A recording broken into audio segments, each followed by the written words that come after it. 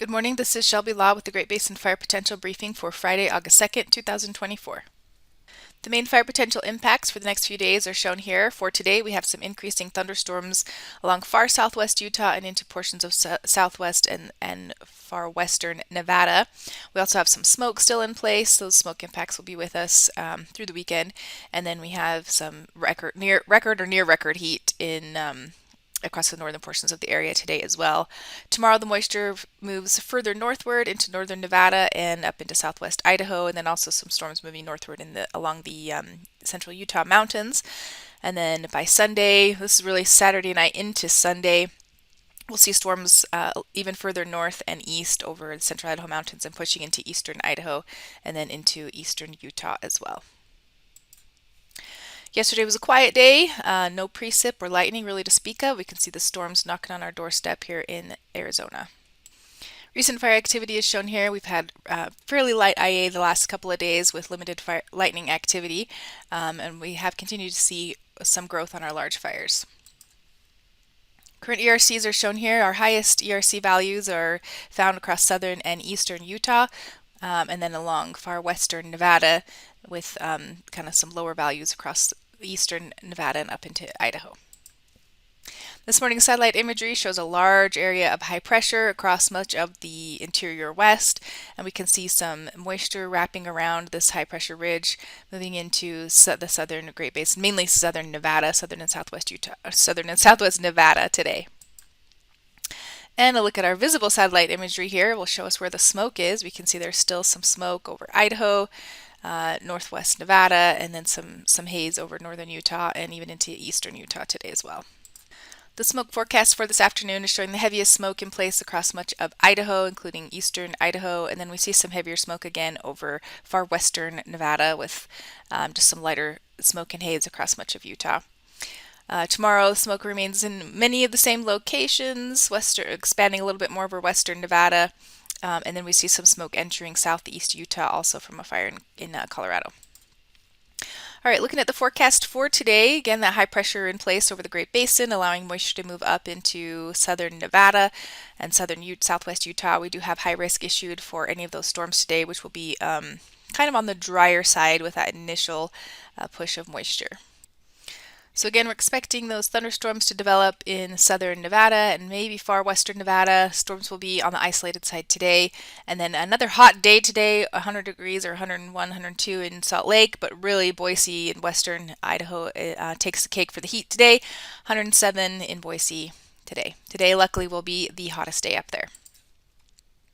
On Saturday, there's a little shortwave feature that moves through the flow around the high pressure ridge that helps to enhance some thunderstorm activity over Nevada and up into southwest Idaho throughout the day. We do expect storms to move overnight Saturday into Sunday. But again, we can see the moisture moving north and east across the geographic area, and we have high risk for where we're expecting those storms to develop, including over the higher elevations of central and northern Utah. Okay, so again, looking at the taking a closer look at the precip here, storms across western and northwest Nevada, pushing into southwest Idaho, and maybe a few isolated storms in the central Idaho mountains by late in the day Saturday, and then storms over the central Utah mountains as well. Expect gusty outflow winds with any of these storms.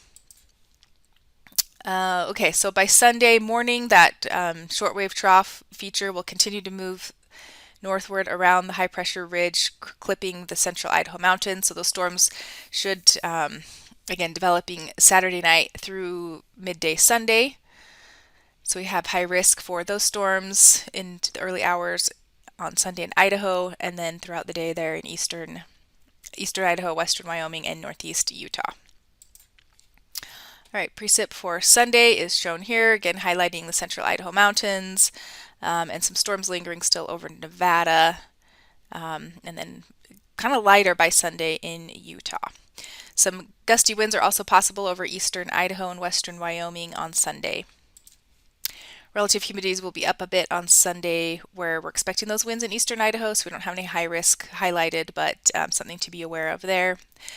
In fact, the RHs are up a little bit everywhere from today's low values, but still in the teens across Nevada and the low elevations of Utah. And we can see the maximum temperatures come down a bit by Sunday as well, especially over western Idaho, back down below 100 degrees. 3-day precip totals are shown here. Pretty much a chance of very light precip across much of the Great Basin, but the areas with higher chances for precip include far western Nevada and then the higher elevations of Utah and the Arizona Strip.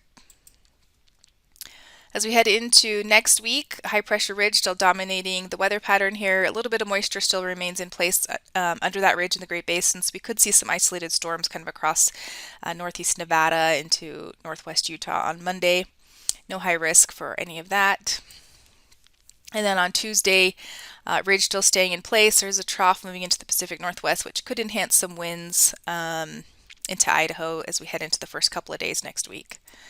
That includes on Wednesday with the ridge being pushed and weakened a little bit, pushed a little bit further south as that trough moves across the Pacific Northwest.